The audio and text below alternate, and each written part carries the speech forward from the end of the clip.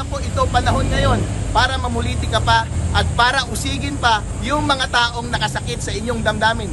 Chairman George Garcia, kayo po ay humahawak ng isang national post na sensitibo. Kaya dapat lang po kayo ay managutan sa taong bayan. Kapag meron pong taong nagsasabi ng inyong kamalian, tanggapin niyo po ito ng very humble at sana po ay approach ninyo professionally at hindi niyo dapat uusigin ang kahit na sinumang nais na i-correct lamang ang mga maling nangyayari sa ating gobyerno.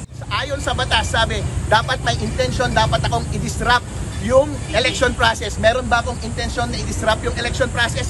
Wala. Dahil ang intention ko lang ay patasin ang integridad ng mga resulta ng ating mga makina sa pamamagitan ng pag-implement ng best practices pagdating sa internet connection. Sinunod nga nila, therefore, hindi ko intention na i-disrupt yung election process. Pangalawa, meron bang nagulo ba ang ating eleksyon? Natapos naman ang ating eleksyon, nangyari naman ng maayos. Sabi nga ni Chairman George Garcia,